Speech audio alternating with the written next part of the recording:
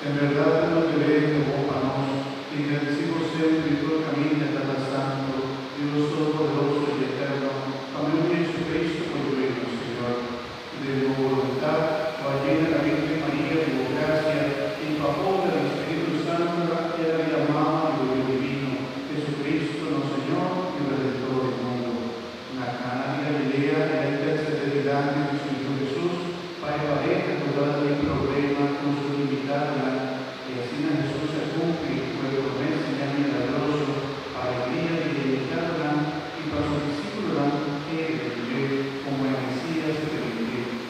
La tía de Dios, era aceptados como Dios, ahora Jesús también y llamaba a sus discípulos estimados. Ahora como reina sentada a la fe de su reino divino y su divino, era de necesidad y de la iglesia como abogado, auxiliadora, intercesora y mediadora.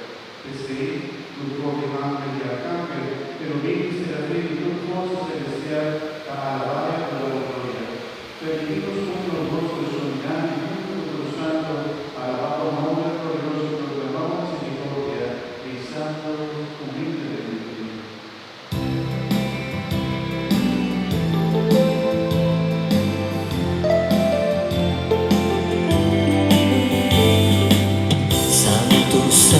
Santo,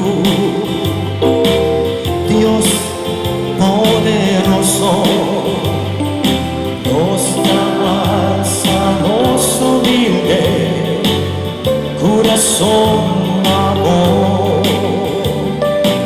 Santo, Santo, Santo, grande y majestuoso, Dios tres personas, Santa Trinidad. Santo, Santo, Santo, ángel del cielo,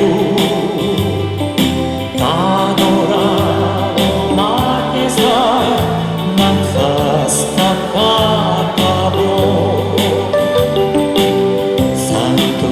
glorioso,